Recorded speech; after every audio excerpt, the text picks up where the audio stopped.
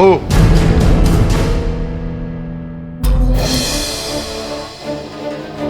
तुमने यहाँ आने की हिम्मत कैसे की? और ये क्या किया तुमने? पिछले 93 सालों से इस स्कूल के किसी सदस्य ने उस कमरे का ताला खोलना तो दूर, उसके आसपास भटकने की जुर्रत तक नहीं की। और तुम कल की आई लड़की, तुम्हें ना इस घर की मान मर्यादा का ख्याल है, ना रीत परंपरा का। अपने मनुष्य कदमों से तुमने उस श्रापित कमरे का न सिर्फ ताला खोला, बल्कि पंडित जी के लगाए हुए उस टोटके को भी। घोर अशुभ हुआ ठाकुर साहब, घोर अशुभ हुआ। 93 साल से दादाजी की लगी हुई सीमा ने अब तक इस शराब को रोके रखा, पर आज आपकी बहू रानी ने इस मर्यादा को तोड़ दिया।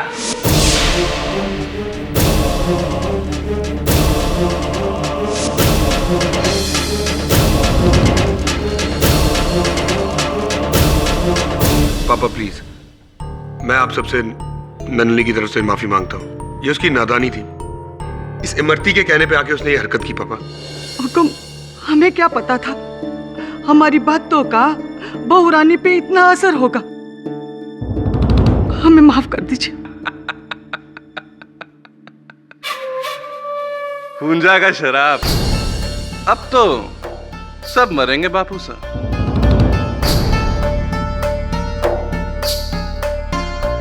एक एक करके मरेंगे सब, आप तो पहले जाएंगे। चुप हो जा नालायक, तुझे तो हम पहले ही नशे की वजह से खो चुके हैं। पापा ये शराब वराब कुछ नहीं होता। आप लोग कैसी तकियानुसी बातों में यकीन रख रहे हैं। चुप रहे संजय, ये तू नहीं, ये थारे ऊपर चढ़ा इस शहरी लड़की का भूत बोल रहा है। देख लिया विक्रमजीत, थारी लुगाई ने जो शहरी बहू लाने की जिद की थी, जे का क्या परिणाम निकला। हवेली में आते ही थारी मौत का दरवाजा खोल दिया।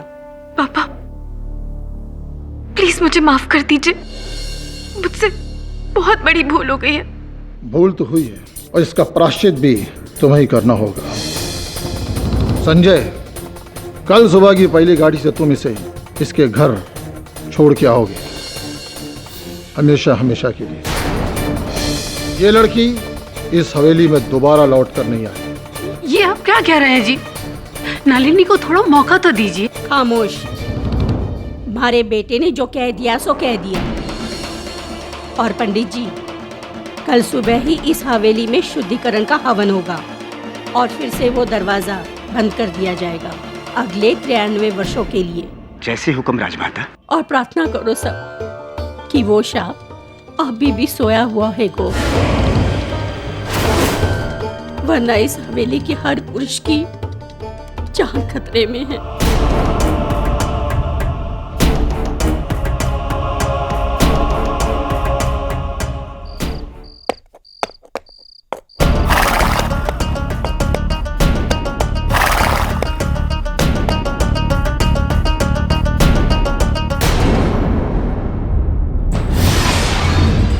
देता हूँ तुझे आज के बाद तेरे घर में पैदा मेरे हाथों मरेगा।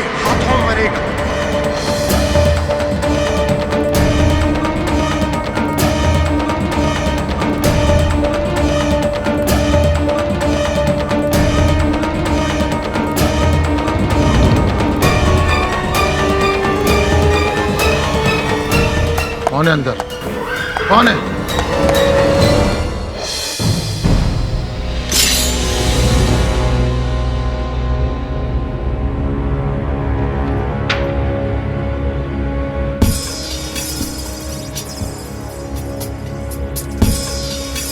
कौन है?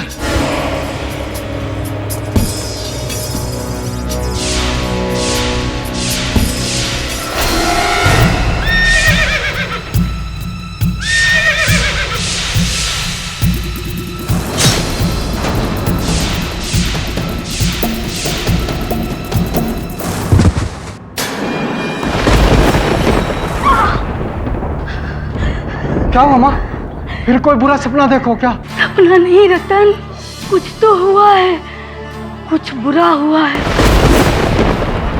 उस हवेली में लालच अपना फन फैलाए है। बहुत बुरा होने वाला है, बहुत बुरा होने वाला है।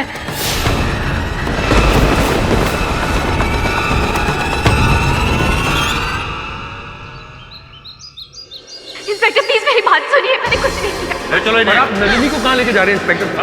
संजय डॉक्टर, हमें अपना काम करने दें। पर मैं आपको बता रहा हूँ उन्होंने कोई खून नहीं किया। हमें पूछताछ करनी है, पुलिस स्टेशन ले जाकर। मेरी बात सुनिए, मैंने कुछ नहीं किया। आपकी बात पर इंस्पेक्टर साहब, मैं आपसे कह रहा हूं उन्होंने खून नहीं किया। बस मिस्टर संजय बस। मेरा बेटा एकदम सही कह रहा है, मेरी बहू एकदम बेकसूर है। सारे सबूत इनके खिलाफ हैं। बेहतर ये होगा कि आप कानूनी कार्रवाई में दखलंदाजी ना करें।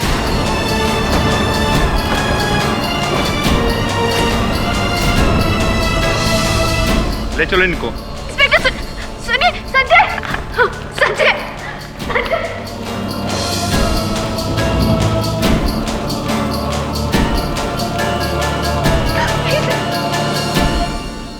ये कल की छोरी के लेगी मेरे बेटे की जान। मारे विक्रमजीत को तो गुंजा की शाप ने मारा है।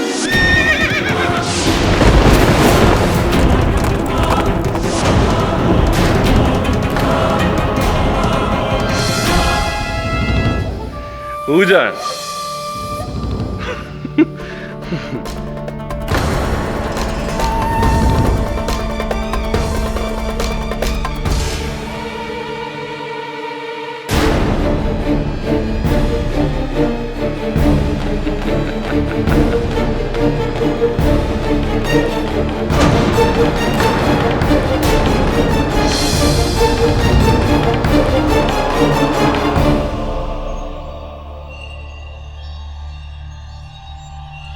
हुकुम। आपके भाई साहब विक्रमजीत सिंह की कल रात किसी ने हत्या कर दी। उसी कमरे में? जी, उसी तांत्रिक हुंजा के कमरे में।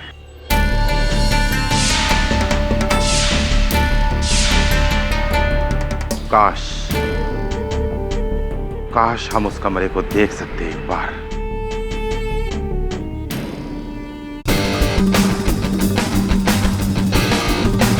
वरुण, ये संजय है, मेरे साथ अजमेर में मेयो कॉलेज में थे।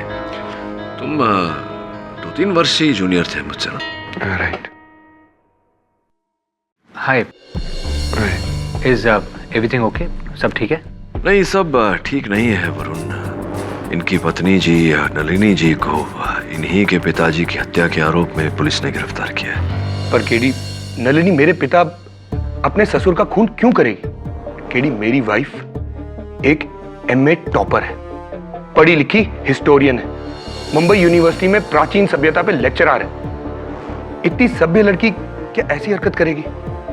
मेरे पिता की पीठ में खंजर घोपेगी? तुम्हें किसी पर संदेह है?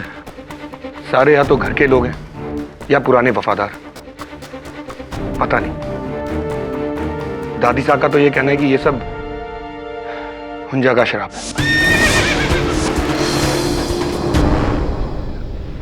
हुंजा कौन है? क्या है उसकी कहानी? आज से तकरीबन 93 साल पहले 1919 के करीब, जब मेरे परदादा श्री मोहर सिंह जी और भवरी देवी इस हवेली में रहा करते थे, ये उस वक्त की कहानी। परदादा साहब का कोई वारिस नहीं था। सालों की मिन्नतें और फरियादों के बाद भी उन दोनों की झोली खाली थी। पीर फकीरों के पास भटकते भटकते वो पहुंचे नाहरगढ़ में एक तांत्रिक हुंजा के पास। हुंजा ने उन्हें भरोसा दिलाया कि वो अपनी काली शक्तियों से वो उनके घर में औलाद की खुशी पैदा कर देगा। इसलिए उन्होंने हुंजा को अपनी हवेली में एक कमरा दे दिया। वो रोज रात को वहां पर जप करता, तंत्र मंत्र पढ़ता। ओम ह्रीं क्लीं चामुंडाय विच्चे फट स्वाहा। ओम ह्रीं क्लीं चामुंडाय विच्चे फट स्वाहा।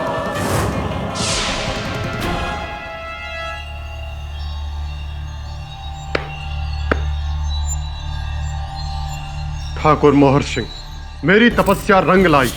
आज से ठीक 10 महीने और 4 दिन बाद तुम्हारी पत्नी को एक औलाद होगी, एक लड़का, और उसके ठीक 2 साल 3 महीने और 8 दिन बाद फिर एक औलाद होगी, एक और लड़का। पहला लड़का तुम दोनों को मेरी तरफ से उपहार है, और दूसरा लड़का मेरी गुरु दक्षिणा। तुम्हें दूसरे लड़के को मुझे भेंट करना होगा, मेरा मुरीद बनाकर। बोलो स्वीकार है? और जैसा हुंजा ने कहा वैसा ही हुआ। 10 महीने बाद मोहर सिंह के यहाँ पर एक बेटा हुआ, मेरे दादाजी। घर वालों ने तो हुंजा को अपना भगवान मान लिया, और उसके ठीक 2.5 साल बाद हुंजा की दूसरी भविष्यवाणी भी सच हुई। दादाजी का दूसरा भाई हुआ, जिस पर हुंजा ने फौरन अपना हक जमाया। लेकिन ममता में कमजोर होकर दादीसा ने बच्चा देने से मना कर दिया। हुंजा महाराज, यदि आप चाहें तो हमारी आधी जायदाद मांग लें, धन दौलत, सोना चांदी, हीरे जवाहरात, जमीन जो चाहे मांग ले, किंतु हमारी औलाद मत मांगिए। तुम अपने वादे से मुकर रहे हो ठाकुर? मुझे अच्छी तरह याद है, मुझे अपना वादा याद है, किंतु जिस वक्त मैंने आपसे वादा किया था उस वक्त न तो मैं पिता बना था और न ये माता। माँ बाप के लिए औलाद क्या होती है ये आज हम समझ पाए हैं, इसलिए हमारी आपसे विनती है कि हमारे बच्चों को बख्श दीजिए। घोर अपमान किया है तूने हमारा, घोर अपमान किया है। ये मेरा श्राप कि इस घर में पैदा होने वाला मर्द मर जाएगा, मर जाएगा। और हुंजा ने अपना मन बना लिया था, वो अपनी गुरु दक्षिणा लिए बगैर वहां से नहीं जाने वाला था। उस रात उसने उस बच्चे को वहां से उठा लिया। महाराज, महाराज जागिए, हमारा मुन्ना पालने में नहीं है। क्या कहा? हाँ महाराज, हमारा मुन्ना पालने में नहीं है। प्रताप सिंह, जल्दी घोड़े निकालो। हुंजा, अब मैं तुझे नहीं छोड़ूंगा, नहीं छोड़ूंगा तुझे। मोहर सिंह जी हुंजा के पीछे निकल गए उसको पकड़ने। माता के मंदिर के टीले के पास उन्होंने और उनके आदमियों ने हुंजा को रोक लिया। उस बच्चे को छीना और फिर उनमें लड़ाई हुई, और उस लड़ाई में हुंजा मारा गया। लेकिन मरने से पहले हुंजा ने मोहर सिंह को एक श्राप दिया। ठाकुर मोहर सिंह, मैंने तुझे संतान दी और तूने बदले में मेरी ही जान, तूने मेरी दया देखी, अभी मेरा कहर देख। श्राप देता हूं तुझे, आज के बाद तेरे घर में पैदा होने वाला हर मर्द, हर लड़का मरेगा, मेरे हाथों मरेगा।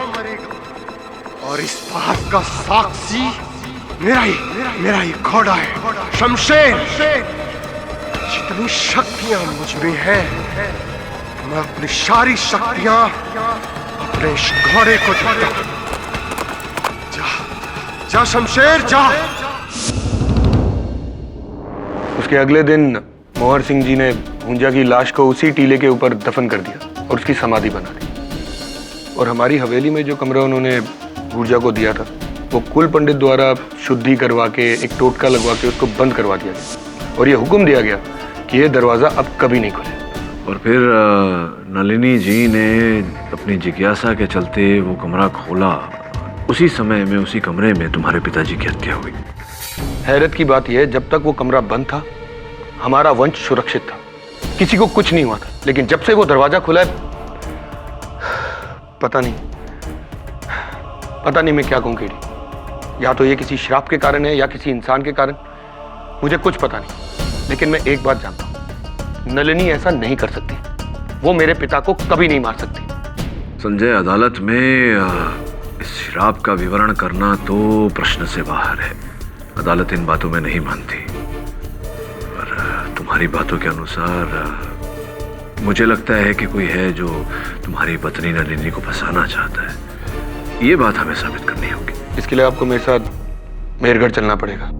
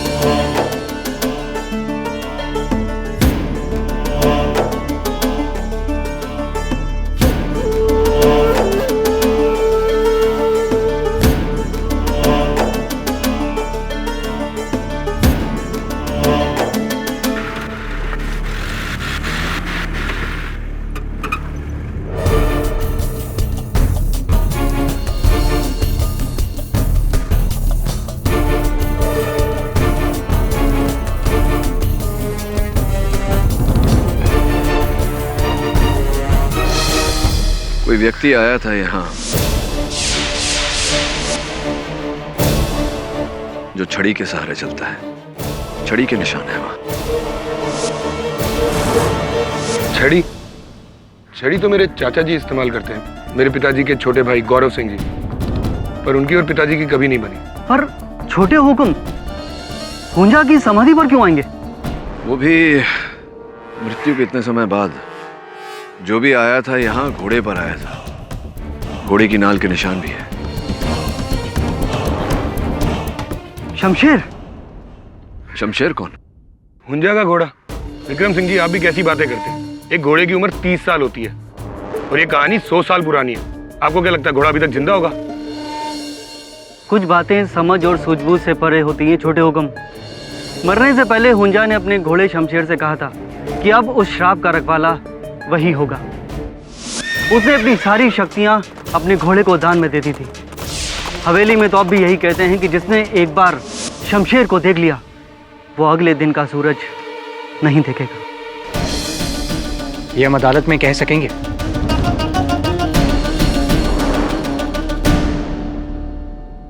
ढूंढो उसे किसी भी कीमत पर।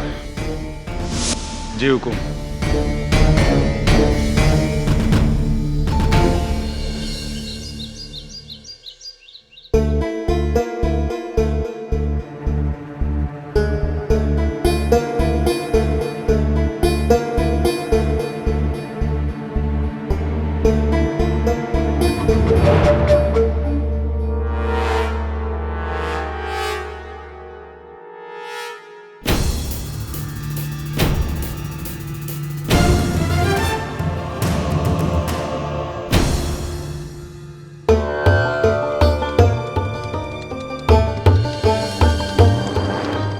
हमारे राजमाता, ये हमारी मां सा।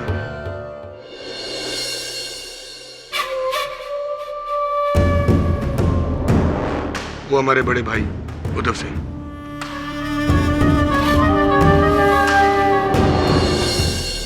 यही वो जगह है सर जहां पर पिताजी की लाश मिली अगले दिन। इस कमरे की किसी वस्तु को किसी ने छुआ या हिलाया तो नहीं? नहीं तो बस आखिरी बार मालिनी यहाँ आई थी, उसके बाद पिताजी। हम में से कोई भी यहाँ पर। क्या ये तांत्रिक हुंजा और उसके घोड़े का चित्र है? जी हाँ। लगता है इस चित्र को किसी ने हिलाया है, क्योंकि इसे लटकाने से पीछे दीवार पर जो आकार पड़ी है वहां से ये तिरछा है। पर हुंजा की तस्वीर कोई क्यों हिलाएगा?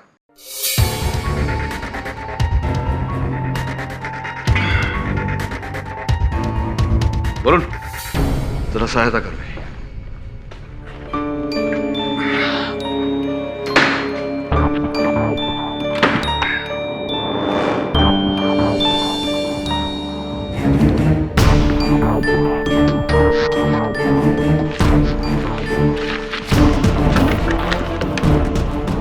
ये तो कोई कानूनी कागजात है। ये जमीन मुंबई में कहीं पालगढ़ में है, किसी जमुनालाल बिष्ट के नाम। जानते हैं आप इन्हें? नहीं, मैं तो पहली बार ही सुन रहा हूँ। इनफैक्ट पापा ने भी कभी इनके बारे में कोई बात नहीं की। सर, आपको लगता है इस जमीन के पेपर्स का ठाकुर विक्रमजीत की हत्या से कोई कनेक्शन है? कुछ प्रश्नों के उत्तर अदालत में दिए जाते हैं। हुकुम, आज से 93 साल पहले सन 1919 में राठौर राजघराने को हुंजा नाम के तांत्रिक ने श्राप दिया था कि इस राजघराने का हर मर्द दर्दनाक मौत मरेगा। ये मेरा श्राप कि इस घर में पैदा होने वाला मर्द मर जाएगा।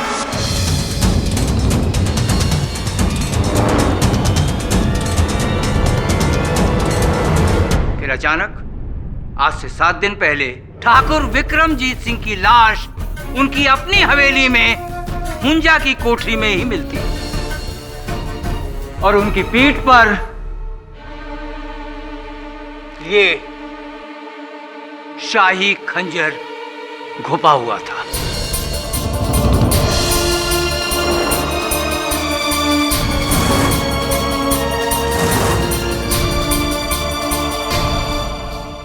मेहरगढ़ के लोगों का यह भी मानना है कि हुंजा की आत्मा ने लौटकर ठाकुर विक्रमजीत सिंह से बदला लिया और अपना श्राप सच साबित किया।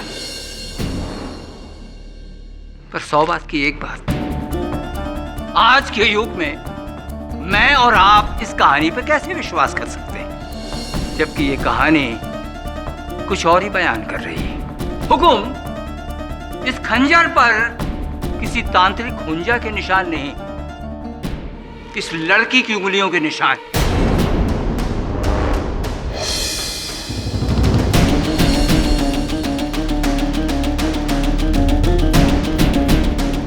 इस लड़की ने अपने ससुर की पीठ में छुरा घोंपा। जी नहीं, मैंने उनकी हत्या नहीं की है। ये लड़की मिस नलिनी रूंगटा मुंबई से 3 साल पहले ये श्रीमान संजय सिंह राठौर से मुंबई में मिली एक पार्टी में। बात दोस्ती में बदली, दोस्ती प्यार में, और फिर प्यार परवान चढ़ा, और इस हद तक कि 4 महीने पहले ये बहू बनकर मेहरगढ़ की हवेली में आ गई। और तब से आज तक इन्होंने इस हवेली के कायदे कानून और रस्मों तक का पालन नहीं किया, जबकि ये उल्टे। जज साहब, प्लीज मैं कुछ कहना चाहती हूँ।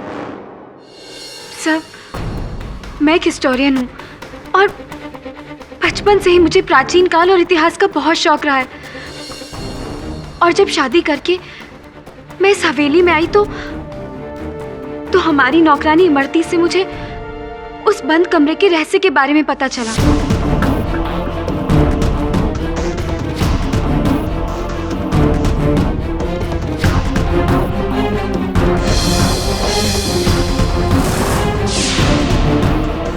मैं सोचने लगी कि पता नहीं इतने सालों से इतिहास का कौन सा रहस्य उस कमरे में कैद है, और बेवकूफी में आके मैंने उस कमरे का ताला तोड़ दिया। और 100 बात की एक बात, आपने उस रात अपने ससुर की हत्या कर दी। जी नहीं, उस रात तो मैं अपने हस्बैंड संजय के साथ अपने बेडरूम में सोई थी।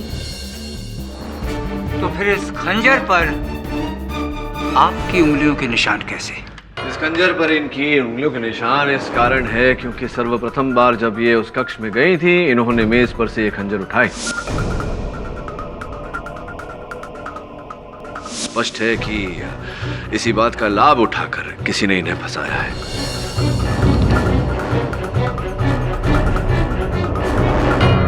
और वो पायल जो कि विक्रमजीत सिंह की लाश के पास से मिली। सर, मुझे नहीं पता। और आपकी वो चप्पल,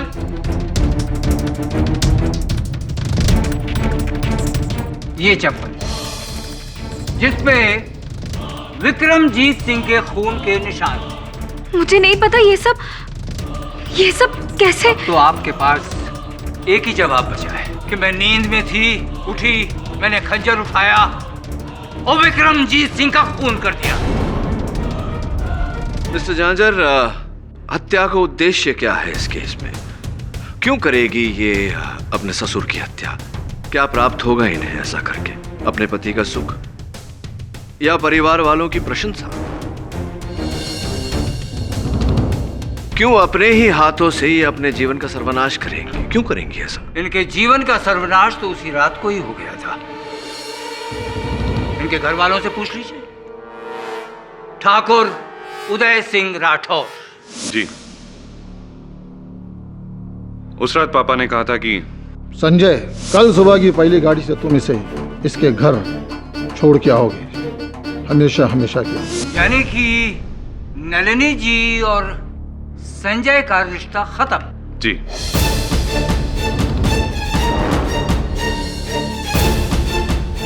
आपको नहीं लगता कि इस घटना के बाद नलिनी जी के मन में आपके पिता के प्रति घृणा, नफरत बढ़ गई हो? हुकुम, एक औरत से उसके पति को छीनना ये कोई साधारण घटना नहीं है। जी, मैं भी मानता हूं। नलिनी ने ही पापा की जान ली।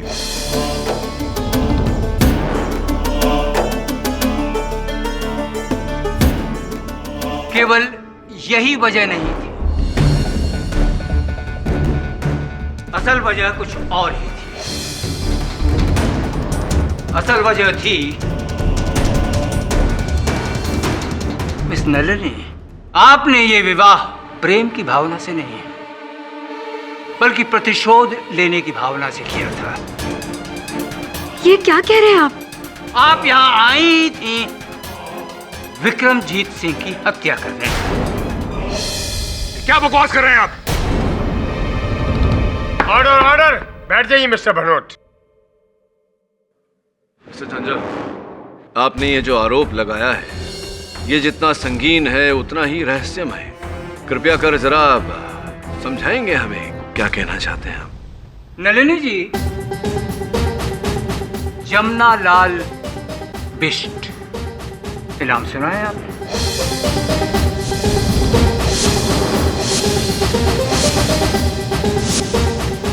क्या हुआ पाठक जी, ये नाम आपने पहले सुना है? श्री जमुना लाल बिष्ट। ये जमीन मुंबई में कहीं पालगढ़ में है, किसी जमुना लाल बिष्ट के नाम। नलिनी जी, जमुना लाल बिष्ट कौन है? बोलिए ना। जी, वो मेरे नाना थे।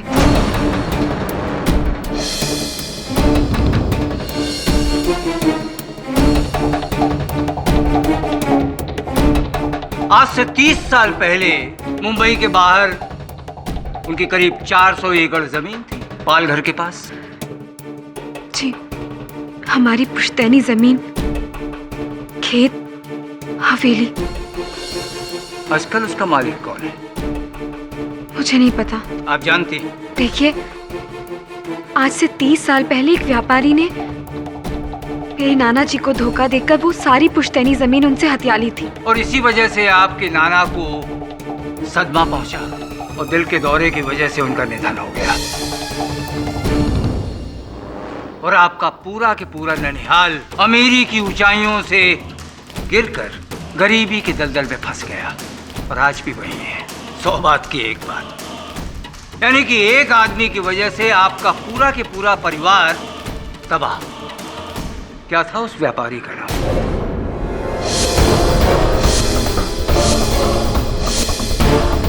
नलिनी जी, मैं उस व्यापारी का नाम पूछ रहा हूं।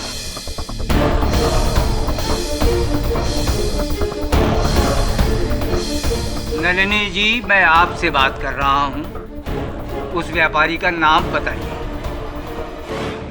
जी, Vikramjit Singh.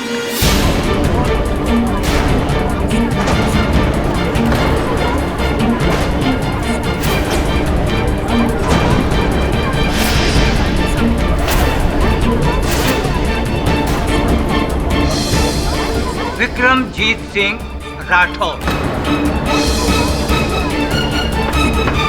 Silence in the court.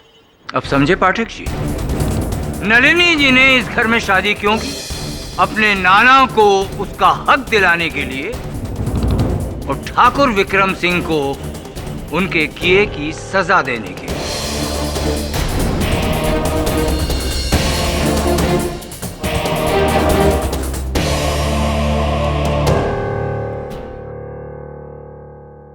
Nalini जी, हमें इस राज के बारे में कभी पता नहीं चलता अगर हमारे हाथ वो चिट्ठी नहीं आती जो आपकी अलमारी से आपकी और चीजों के साथ हमें मिली। कैसी चिट्ठी? क्या लिखा है उस चिट्ठी में? हुकुम।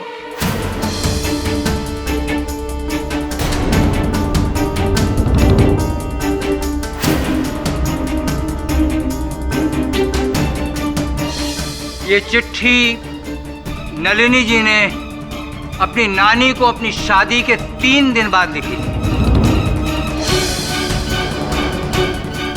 और ये हैंडराइटिंग नलिनी जी की है, इसकी तकसीद हैंडराइटिंग एक्सपर्ट ने की है। प्यारी नानी, आपको खुशी होगी ये जानकर कि अब मैं उस घर में पहुंची हूं जिसने हमारे घर को बर्बाद किया था, और बहुत जल्द मैं उस जमीन के पेपर ढूंढकर विक्रमजीत सिंह को उसके किए की सजा दिलाकर 30 साल बाद हमें इंसाफ मिलेगा।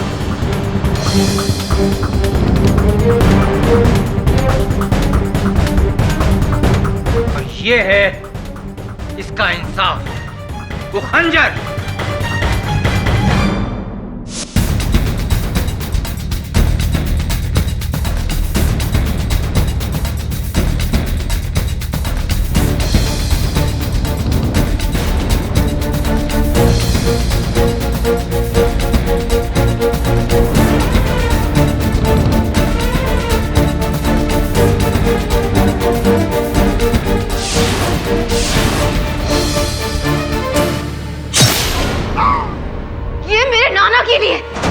जिसे तूने मार डाला विक्रमजीत।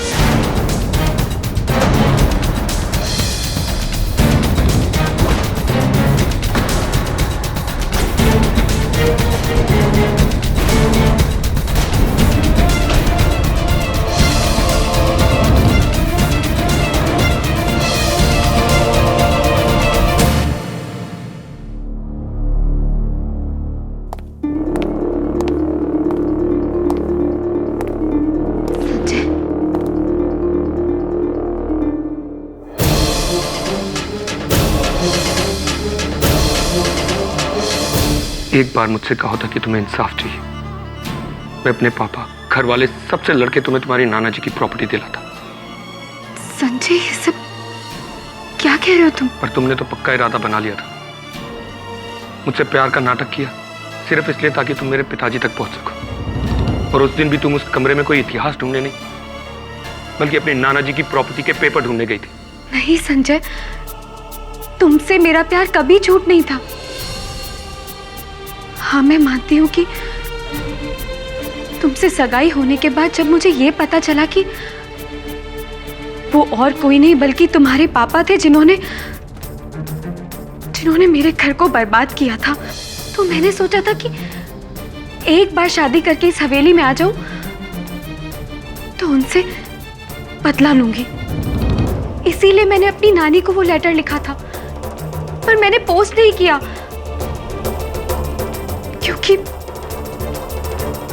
क्योंकि मैंने अपना इरादा बदल लिया था। मैं तुम्हें दुख नहीं देना चाहती थी। इनफैक्ट मैं तुम्हें सब कुछ बता देना चाहती थी, पर झूठ झूठ सब झूठ। मुझे तुम्हारी किसी बात पे कोई भरोसा नहीं। उदय भैया शुरू से कहते थे कि पिताजी का खून तुमने किया, और मैं तुम्हें बचाने के लिए शहर गया, केडी के पास गया। तुमने मुझे बहुत बड़ा धोखा दिया, बहुत बड़ा। Sanjay, Sanjay listen to me. Sanjay, मैंने नहीं मारा उनको। संजय,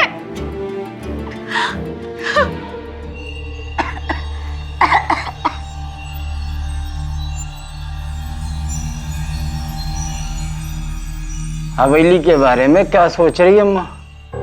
जो कुछ हुआ वो में थारे का कसूर? सब मारो कसूर है। मुझे उसे कुछ नहीं बताना चाहिए था, कुछ नहीं। सीधा छोटे हुकुम। इस चेक की कोई आवश्यकता नहीं थी संजय जी। केस तो अभी अभी शुरू हुआ है। आपके और मेरे लिए खत्म हो चुका है। मैं ये केस वापस लेना चाहता हूँ।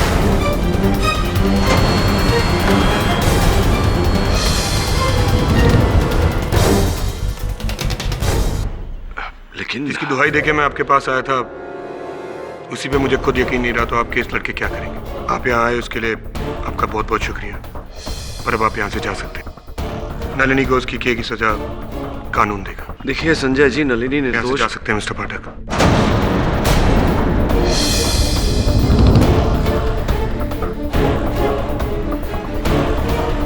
वीरमान सिंह जी, इनको एयरपोर्ट लेके जाइए।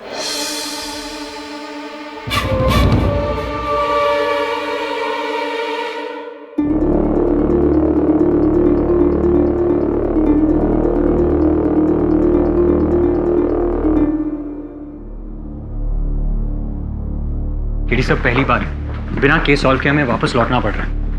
It's always the first time. अच्छा हुआ आप वापस जा रहे हो केडी साहब, वरना दोनों ही सूरतों में आपकी हार होती। ना ही आप नलिनी बहू को बचा सकते हो और ना ही तांत्रिक होजा को पकड़वा सकते हो।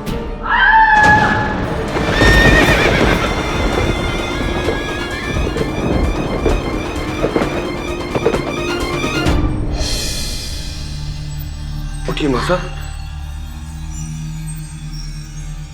हुंजा का घोड़ा, उसका घोड़ा।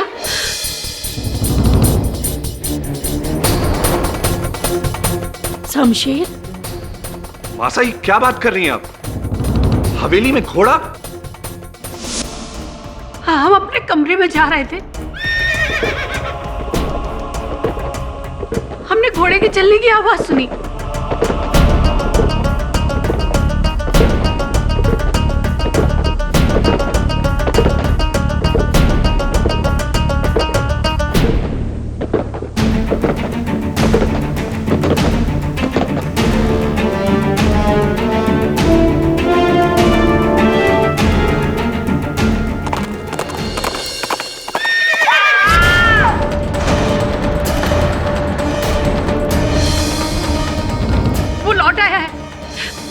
का घोड़ा, उसका श्राप,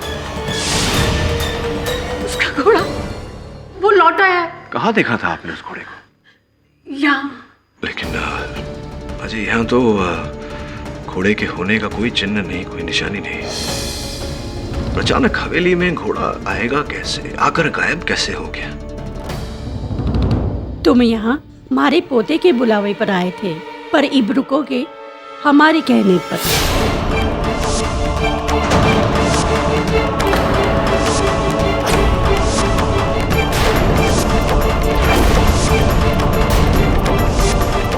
अपने बेटे की लाश को देखा है हमने, और एक माँ होके इतना ही कह सकते हूँ कि उसकी मौत कोई आम मौत नहीं थी।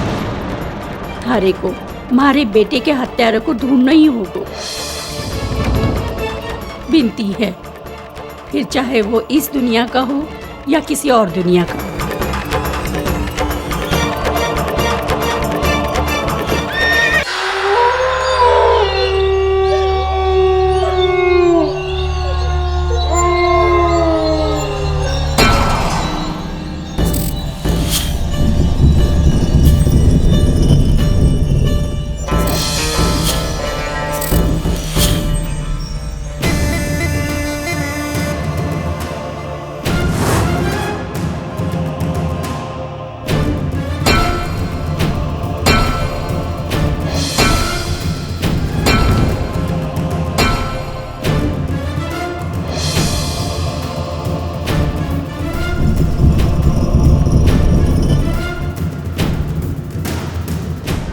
हुकुम, जे मिला है।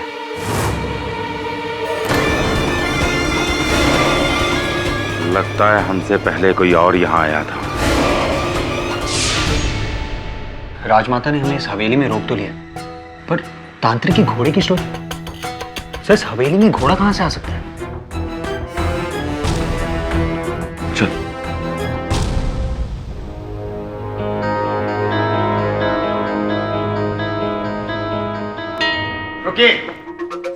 आप इस कक्ष में प्रवेश नहीं कर सकते। क्यों? आज अमावस है, काली शक्तियां अपनी चरम सीमा पर हैं। फिर तो हम अवश्य उनसे मिलना चाहेंगे। और फिर ठकुराइन ने इसी कक्ष में तांत्रिक हुंजा के घोड़े को देखा था। किसी न किसी को तो घोड़े की लगाम थामनी है। आत्मा की ना कोई नाल होती है, ना कोई लगाम। अभी भी समय है, वापस अपने शहर चले जाओ।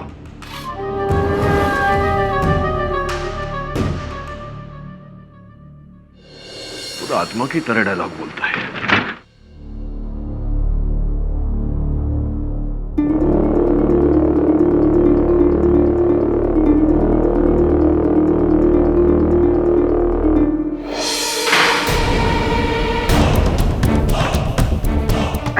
क्या हुआ?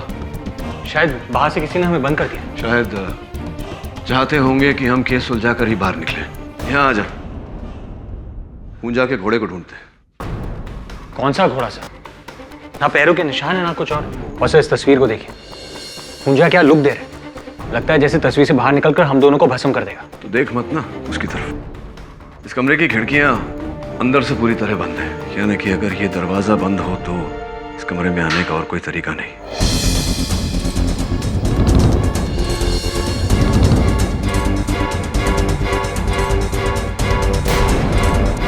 वो डिब्बा देख रहे हैं, बाहर से 30 साल की धूल जमी है, लेकिन अंदर से बिल्कुल साफ। इसका अर्थ यह हुआ कि इसे हाल ही में खोला गया था। सर शायद नलिनी ने खोला होगा। नलिनी क्यों खोलेगी? इतने छोटे डिब्बे में क्या आपने नाना जी के जायदाद के कागजात ढूंढ रही थी या कुछ और ढूंढ रही थी? उसी से पूछना पड़ेगा। चल यहां से निकलते।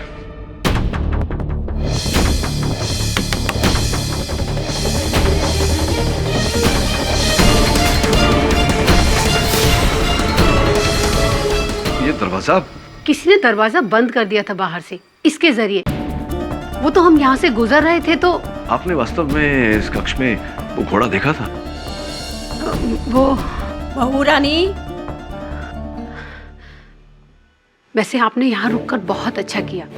इस हवेली में कुछ ऐसा हो रहा है जो नहीं होना चाहिए। क्या आपको लगता है मैं उस कमरे में नाना जी की जमीन के पेपर्स लेने गई थी? सर मुझे तो ये तक नहीं पता है कि वो पेपर्स उस कमरे में थे। हाँ उसी कमरे में थी, तांत्रिक हुंजा के तस्वीर के पीछे। और वो तस्वीर हिलाई भी गई थी। पर मैंने उस तस्वीर को हाथ तक नहीं लगाया। जानता हूं आप चाहती तो भी उसे हिला नहीं पाती। उस तस्वीर के पीछे से कागजात निकालने के लिए मुझे वरुण की सहायता लेनी पड़ी थी। उस कमरे में एक जेवरों का डिब्बा था, उसे छुआ था आपने? नहीं तो। कौन है जो वहां कुछ ढूंढ रहा था?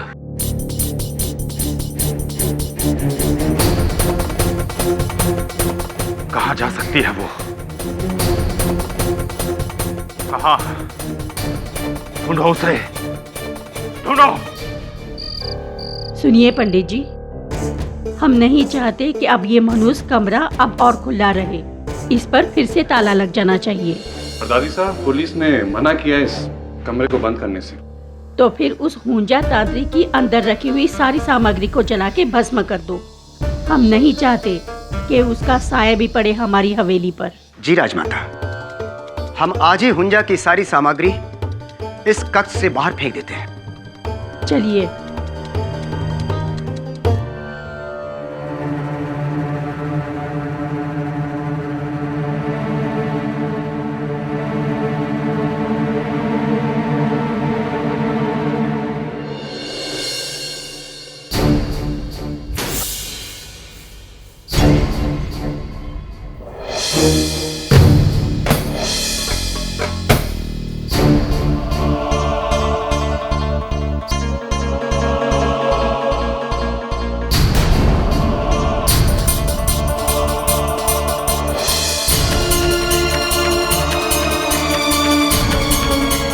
ये क्या?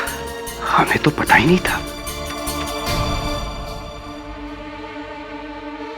राजमाता को बताना होगा।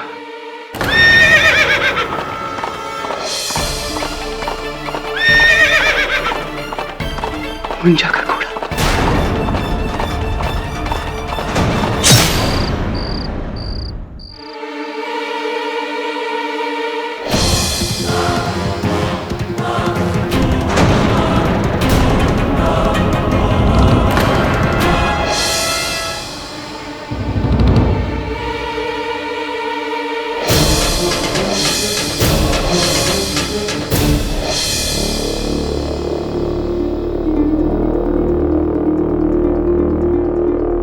Okay mister Verma.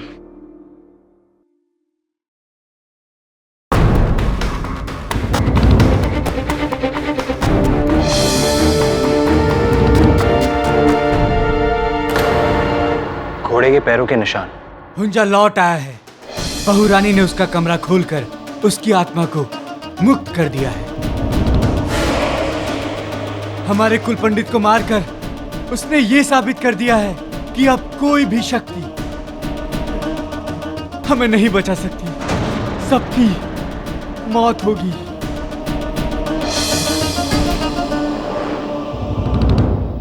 ये मिट्टी मैंने कहीं देखी है। ऐसी मिट्टी तो पंडित जी की लाश के पास मिली थी। और ये समाधि का जो पत्थर है ये हिला हुआ है। कोई इस समाधि को क्यों खोलना चाहेगा? कोई नहीं, स्वयं हुंजा। ये आप क्या कह रहे वीरमान जी? एक मरा हुआ इंसान अपनी समाधि से कैसे बाहर निकल सकता है? It's not possible. वहां देखिए, वो निशान। किसी ने इस समाधि के पत्थर को लोहे के सलिए से खोलने की कोशिश की है।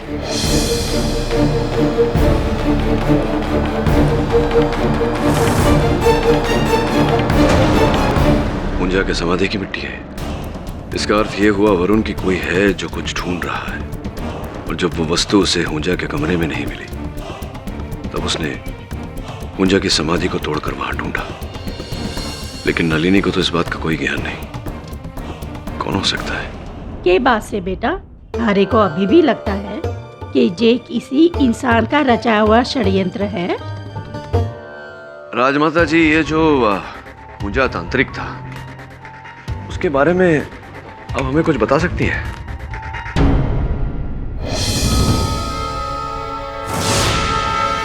बस यही कि वो हुंजा नाहरगढ़ इलाके से हमारे यहाँ आए थे। क्या आज भी नाहरगढ़ में उनका कोई रिश्तेदार, कोई परिजन है? नहीं बेटा, लेकिन यहाँ से 150 किलोमीटर दूर देवगांव में उसकी भांजी दुर्गा रहती है। सुना से कि हुंजा के परिवार का इकलौता जीवित सबूत वही बुढ़िया से। पर क्या खोज रहे हो तुम हुंजा के बारे में? जी नहीं, मैं हुंजा के बारे में नहीं खोज रहा।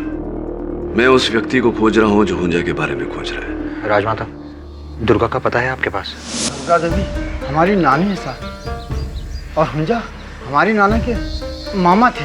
अब हमारा उनसे कोई लेना देना ना है। देखो, मेहरगढ़ हवेली में हुई मौतों के बारे में तुमने पढ़ा ही होगा। लोगों का कहना है कि हुंजा फिर से जिंदा होकर वापस आ गया। मरा हुआ इंसान फिर से जिंदा हो गया साहब। हमें इससे कुछ नहीं लेना देना, हमें माफ करो साहब। राजमाता का कहना है कि सिर्फ तुम्हारी नानी हुंजा के बारे में जानती है, उसके रहस्यों के बारे में जानती है। कोई है जो हुंजा के कमरे में कुछ ढूंढ रहा है। उसकी समाधि तोड़कर उसकी लाश निकालने की कोशिश में। लाश? हुंजा के पास कुछ अमूल्यवान कीमती चीज थी जो कोई आज उसे ढूंढ रहा है। उस छोरे को हमारे पास ले आ बेटा। आइए साहब।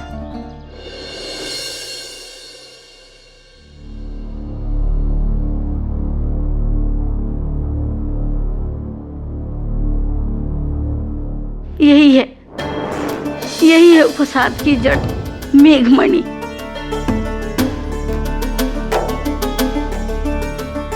मेघमणि ये वो जादुई पत्थर है जो बादलों में बनता है, आसमां में, जो केवल देवी देवताओं के पास होता है।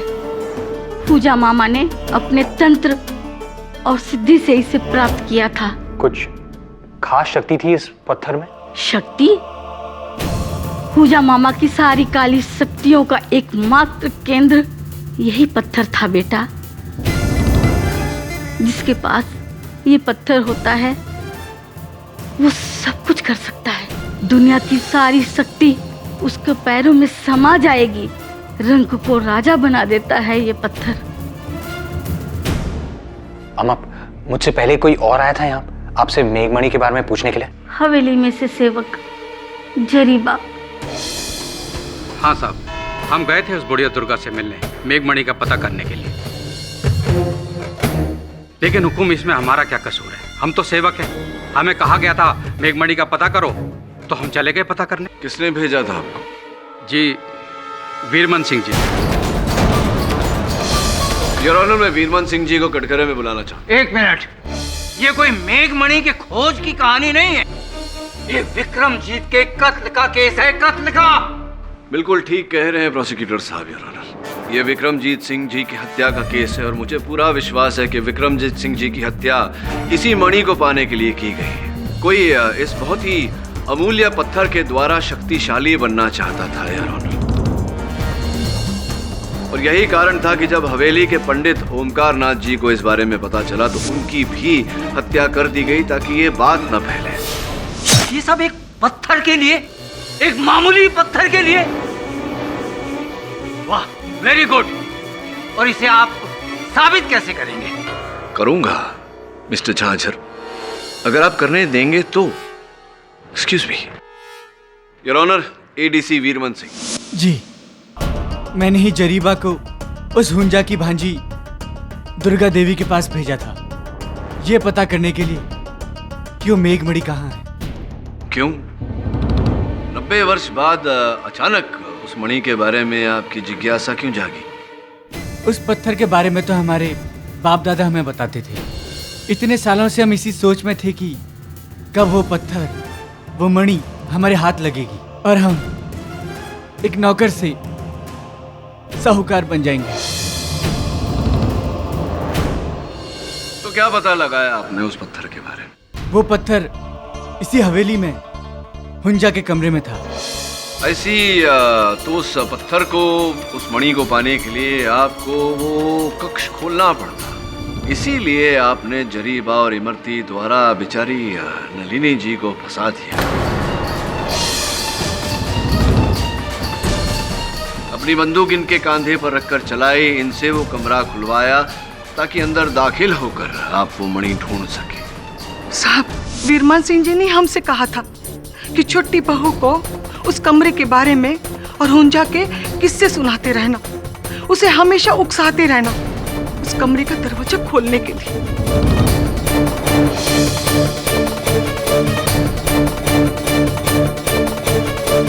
हमने वही किया जो हमसे कहा था। बोलिए वीरमन सिंह जी, अब तो जरीबा और इमरती ने भी कहा है कि आप ही ने उन दोनों को काम पर लगाया था। जी, बहुरानी के जरिए हम वो कमरा खुलवाकर मेघमणि तक पहुंचना चाहते थे। जी जी जी, और नलिनी जी ने वो कक्ष खोला, आप अंदर दाखिल हुए उस मणि को ढूंढने, किंतु दुर्भाग्यवश ठाकुर विक्रमजीत सिंह जी आ गए और उसके बाद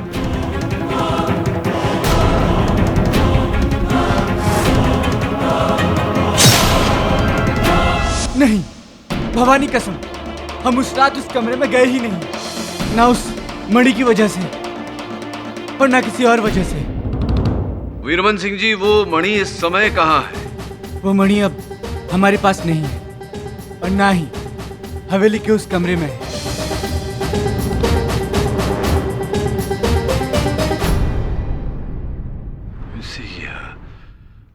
वीरमन सिंह जी, क्या यह संभव है कि वो मणि तांत्रिक हुंजा के गले में पड़ी हुई हो और उनके साथ उस मणि को भी गाड़ दिया गया हो उनकी समाधि में? मैं इसलिए पूछ रहा हूँ क्योंकि समाधि के साथ भी छेड़खानी की गई थी, वहां भी खोज की गई थी उस मणि की। यदि ऐसा है तो ये सवाल आप हमसे नहीं, छोटे हुकुम गौरव सिंह जी से कीजिए, क्योंकि हमारी तरह उन्हें भी मेघमणि की तलाश रहती थी और समाधि के टीले में कई बार देखा है हमने उन्हें। हाँ, हम मानते हैं कि हम भी कई बरसों से हुंजा की उस मेघमणि की तलाश में हैं। लेकिन इसमें अपराध क्या है? कोई अपराध नहीं। अरे 100 बात की एक बात, अरे उस रात तो आप हवेली में थे ही नहीं, और जब आप वहां नहीं थे तो आप विक्रमजीत सिंह को कैसे मार सकते हैं? हाँ, कैसे मार सकते हैं, किंतु ये बात तो सच है कि आप तांत्रिक हुंजा की समाधि पर अक्सर जाते थे और आप ही ने उनकी समाधि को खुलवाया। जी हाँ, हमने उस समाधि को खुलवाया उस मणि की तलाश में, लेकिन हमें लगता है कि हमसे पहले ही उस मणि को वहां से किसी और ने चुरा लिया और इसीलिए हमें उस तावीज का केवल आधा हिस्सा मिला, वो भी बिना पत्थर के। तो क्या लगता है आपको गौरव सिंह जी, किसने चुराया होगा वो पत्थर, वो मणि? पता नहीं, लेकिन वो जो भी है इस हवेली का ही एक सदस्य।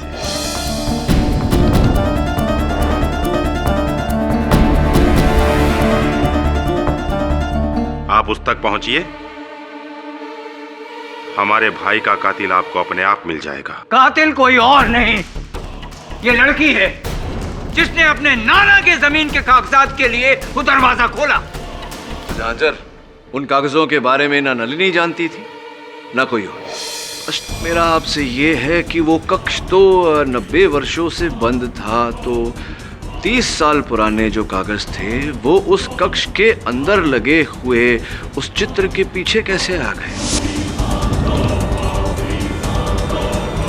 पाठक जी, हो सकता है कि 30 साल पहले विक्रमजीत सिंह ने उन कागजात को वहां रखा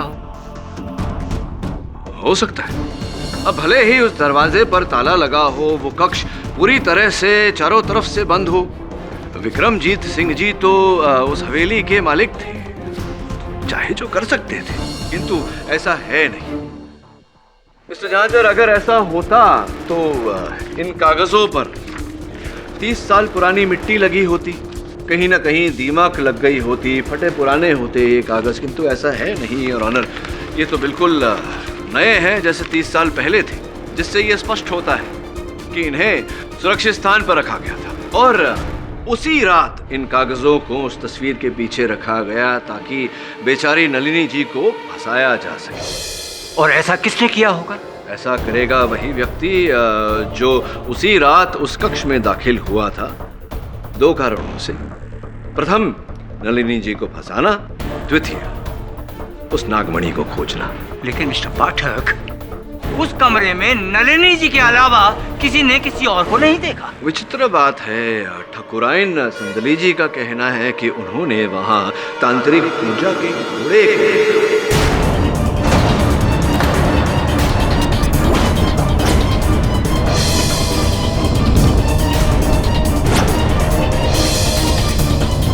लो, कर लो बात। अब घोड़ा कातिल हो गया हुकुम। अब यही तो श्राप था मिस्टर झांझर, कि तांत्रिक पूजा का घोड़ा ही बदला लेगा। क्यों संदली जी, देखा था ना? ठाकुराइन, कृपया कर अदालत को बताएं कि आपने उस कमरे में उस रात तांत्रिक हुंजा के घोड़े शमशेर को देखा था या नहीं? नहीं।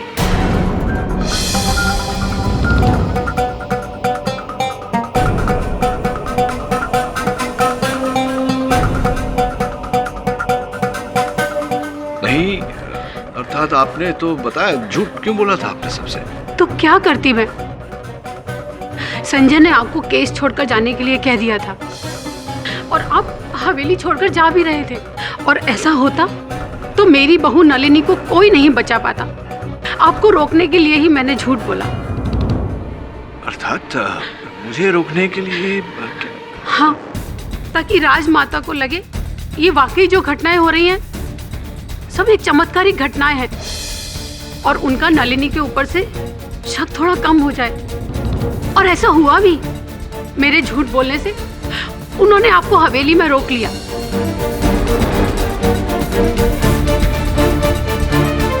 संजय बेटा, नलिनी ने तुम्हारे पिता का कत्ल नहीं किया, ये किसी और की चाल है, और हमें शक है वीरमान जी पर और हमारे देवर गौरव सिंह जी पर। ये दोनों आपस में मिले हुए हैं। इन दोनों की मिली भगत ने मेघमणि के पत्थर को ढूंढने के लालच में इन्होंने हमारे पति को मार डाला।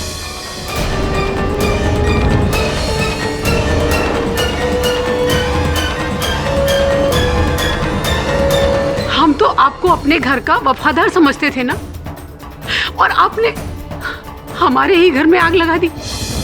ये आपने अच्छा नहीं किया। ये क्या हो रहा है जज साहब? हुकुम, ये लोग कहानी को कहां से कहां पहुंचा रहे हैं? अरे बात तो ये थी कि नलिनी जी हत्यारिन है, कातिल है, और अब तो कहानी में मेघमणि, घोड़ा, पत्थर, देवर, एडीसी।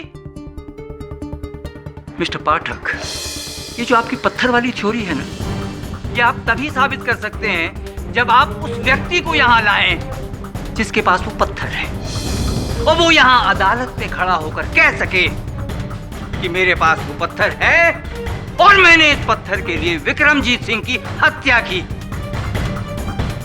क्या ऐसा कर सकते हैं आप?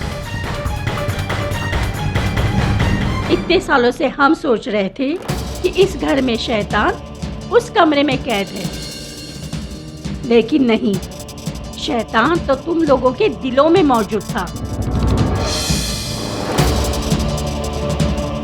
हमेशा से ही लालच, ईर्ष्या का वो दाना जिसने हमारी बेटी की जान ले ली। अभी भी समय है।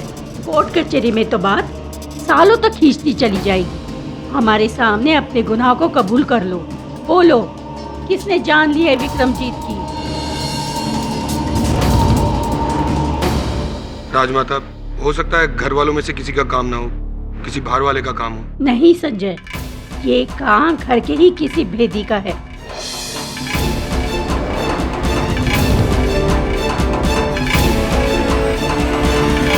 हमें बस तुम दोनों की चिंता है और दुआ करते हैं कि जल्दी से जल्दी केडी पाठक इस केस को सुलझाकर नलिनी को रिहा करा दे। और तुम दोनों ने बेवजह ही उस बेचारी नलिनी के ऊपर शक किया। आप चिंता मत कीजिए मासा, बहुत जल्द सब ठीक हो जाएगा। तुम आके साथ रहे और मैं अभी आया।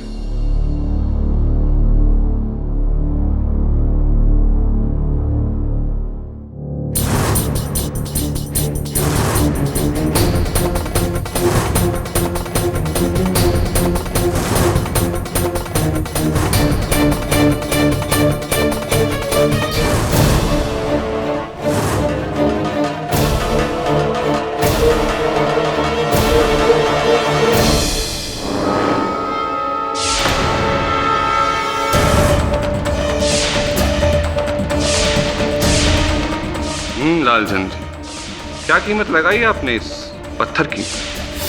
हाँ, पर कीमत मैं इसकी पूरी ही लूंगा।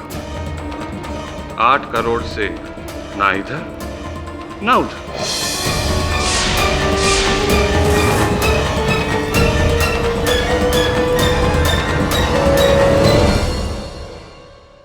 इस मेघमणि को लेकर सॉरी, अजीब आदमी है। ये गाड़ी को अभी खराब होना था साला। देखता हूं।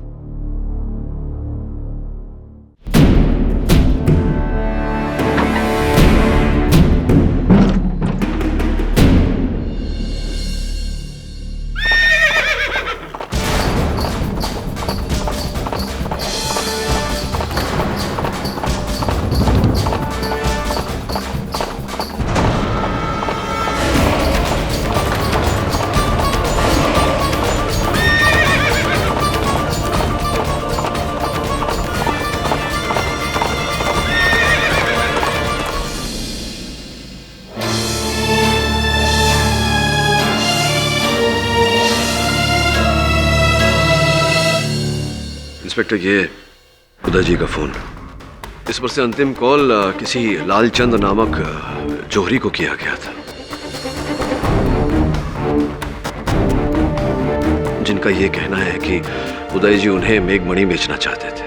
मेघमणि उदय के पास है? जी नहीं राजमाता जी, मुझे लगता है थी इनके पास, क्योंकि ये खाली पोटली मिली है इनके पास से। शायद किसी ने चुरा ली। लाश के पास घोड़े का निशान भी। ये सब क्या हो रहा है, मुझे तो कुछ समझ में नहीं आ रहा। कहीं सच में हुंजा की आत्मा ये अपना मेघमणि लेने तो वापस नहीं आ गई? यहाँ कोई आत्मा नहीं।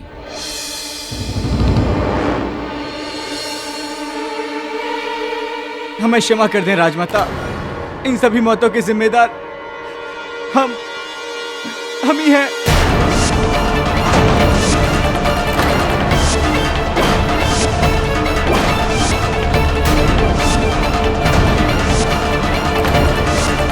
ठाकुर विक्रमजीत सिंह,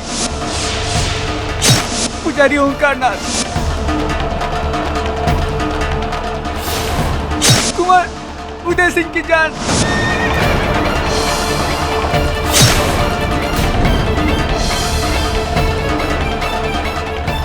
उस मेघमणि ने ली। वो मेघमणि कहाँ है? मेघमणि कहाँ है?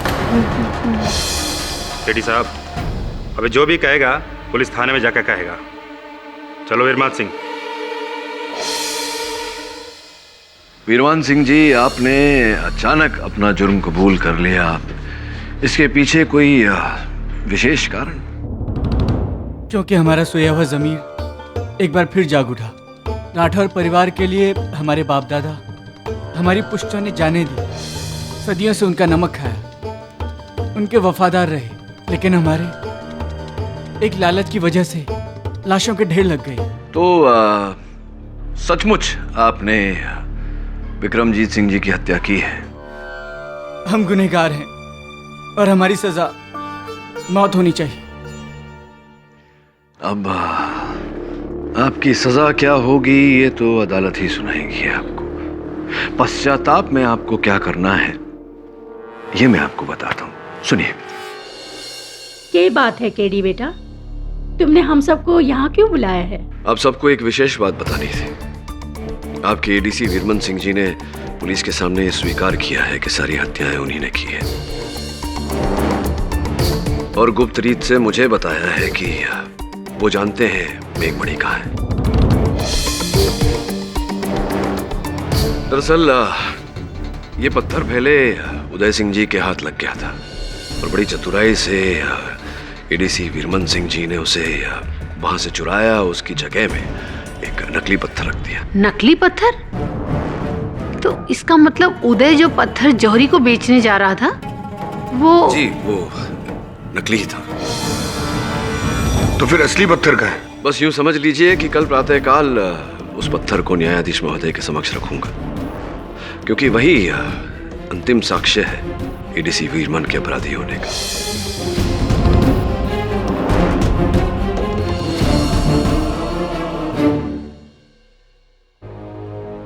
सर, आप कहाँ जा रहे हैं? चल तुझे असल मेघमणि दिखाता हूँ।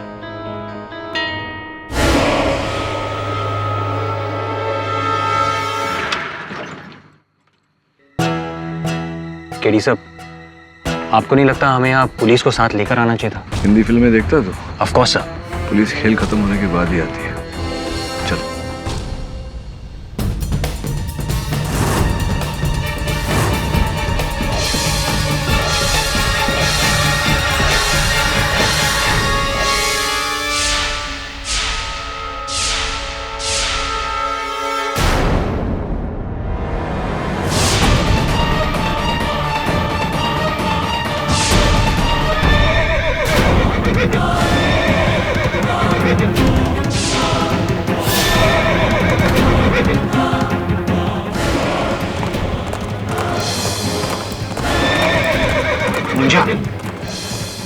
ऊंजा नहीं, ये कोई दूंजा है तो इस पत्थर की चमक से खींचा चला रहा है।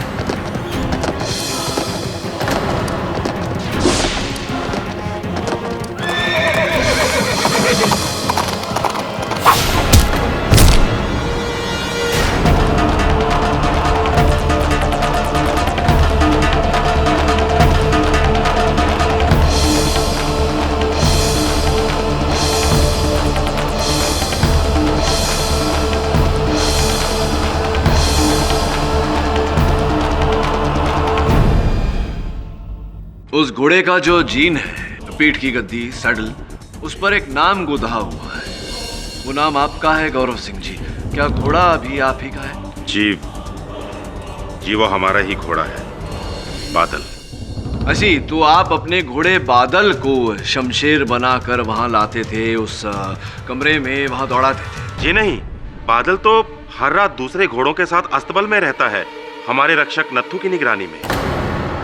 तो नत्थू साहब, बादल आपकी निगरानी में रहता है। संभवतः आप ही थे जो कल रात बादल पर सवार होकर आए थे मुझ पर हमला करने। आप ही थे क्या ऊंजा के रूप में? नहीं साहब। आप नहीं थे? श्योर? जी आप मेरे यकीन मानिए, हम नहीं थे। अच्छा, पर बादल तो आपकी निगरानी में रहता था, तो फिर उसे अस्तबल से कौन लेकर जाया करता था? वो हम नहीं थे, वो तो जरीबा था, विक्रमजीत सिंह का नौकर। वो हमारे सगे मामा का लड़का है। वो कहता था कि उसे घोड़ा चलाना सीखना है, बस कुछ पैसों के लिए मैं उन्हें घोड़ा देता था।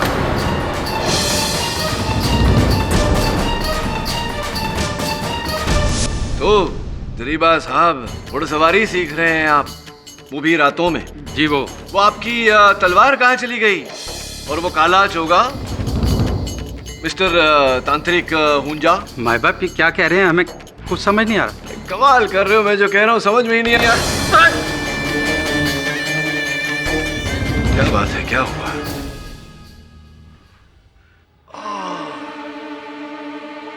याद आया, ये वही कांधा है जिस पर आप कल रात उस घोड़े पर से गिरे थे।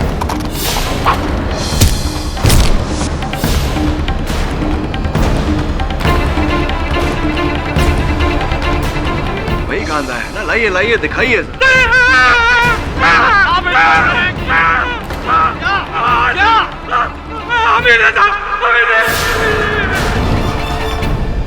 तुम पाठक साहब, एडीसी वीरमन ने वो जो बयान दिया, वो सारा जुर्म उसने जो कबूल किया, वो हाँ, वो उनके मन में जो घटनाएं घट रही थी उसका पश्चाताप था। किंतु जब मैंने उनसे कहा कि उन्हें प्रायश्चित करना चाहिए तो मेरी बात को वो समझे, मान गए वो मेरी बात। तो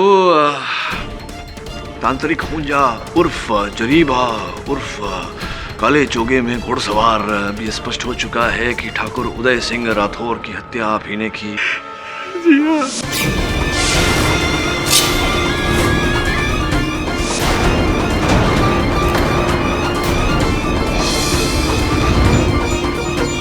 ये भी स्पष्ट हो चुका है कि पंडित ओमकारनाथ की हत्या आप ही ने की।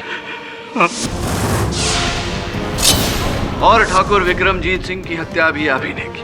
नहीं भाई, उनको हमने नहीं मारा, उनको तो इमरती ने।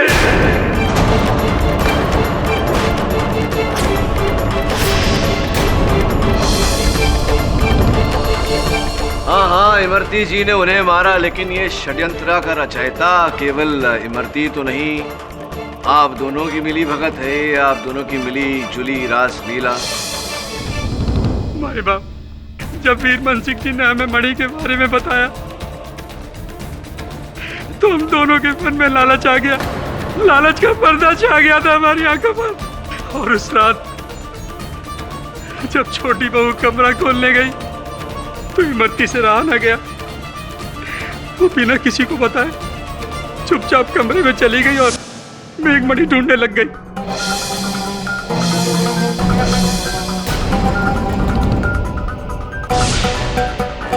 कौन है?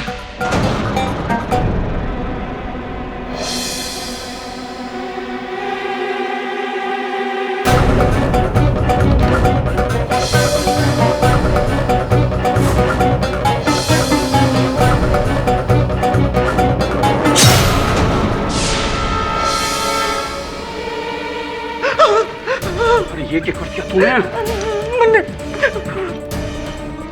ये ठाकुर का क्या कर दिया? मरवा दिया तू, मरती। क्या करती? ये हमें कोई ना बचा सकता। मैं डर गई थी, कहीं हुकुम ने मैंने देख लिया तो इसलिए। अरे अब इसका क्या करें? अब क्या होगा? जरा मुझे बचा ले, मुझे बचा ले। सोचने दे। मारो मातो तो काम नहीं करे, क्या करें? एक तरीका है। बोल बोल। छोटी बहू के कमरे में मैंने एक चिट्ठी देखी थी, उसमें 400 एकड़ जमीन के बारे में लिखा था और वो जमीन के कागज ठाकुर साहब के कमरे में है। बस ये मने रास्ता मिल गया इमरती। वो कागज में ठाकुर के कमरे से निकाल के इस कमरे में कहीं रख देता हूँ। और छोटी बहू तो गई काम से, तो एक काम कर, खून लेके उसकी चप्पलों पे लगा डाल। और ध्यान रखिए, मैं अभी गया और अभी आया।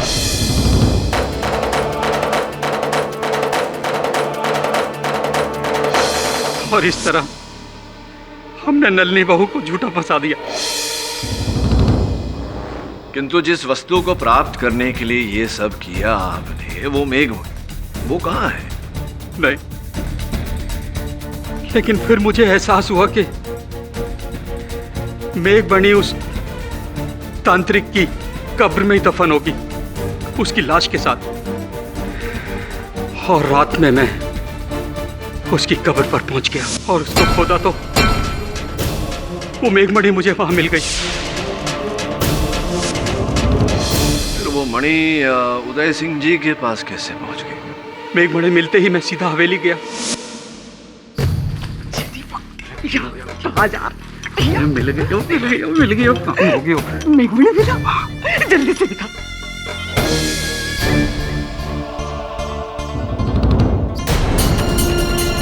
क्यों? हवेली आते में लगता है पत्थर कहीं गिर गया, और वो पत्थर हवेली में ही कहीं गिर गया और छोटे हुकुम को मिल गया।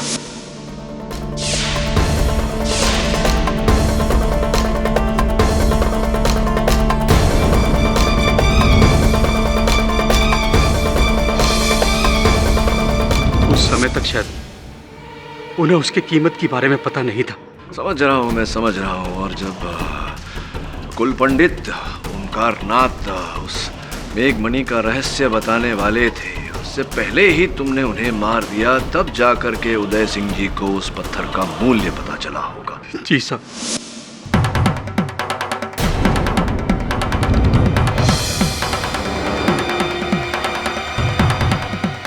और उस रात जब छोटे हुकुम उस मणि को बेचने जा रहे थे, हमने रास्ते में उनको मार डाला और वो पत्थर छीन लिया। पर वो तो नकली था। अरे नहीं नहीं जरीबा जी, वो तो असली पत्थर था। नकली पत्थर तो ये रहा मेरे पास, ये देखिए।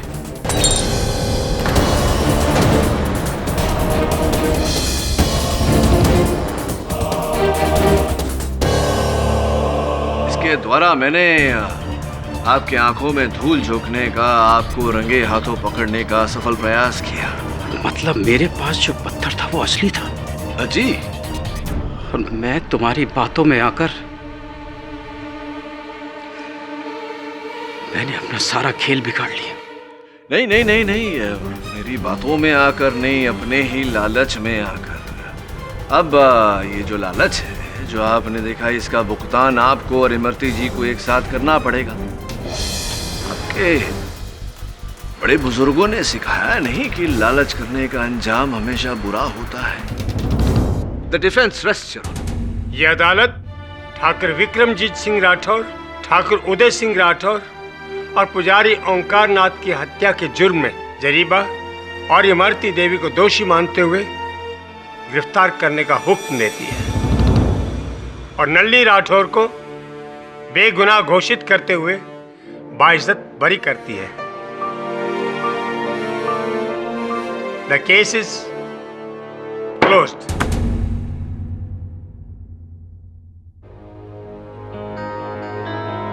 पाठक साहब, 100 बात की एक बात। कभी कभी एक बात में से 100 बातें निकल आती हैं। क्यों? और भी दिलचस्प कहानी देखने के लिए हमारे चैनल को सब्सक्राइब करें और बेल आइकॉन दबाना न भूलें।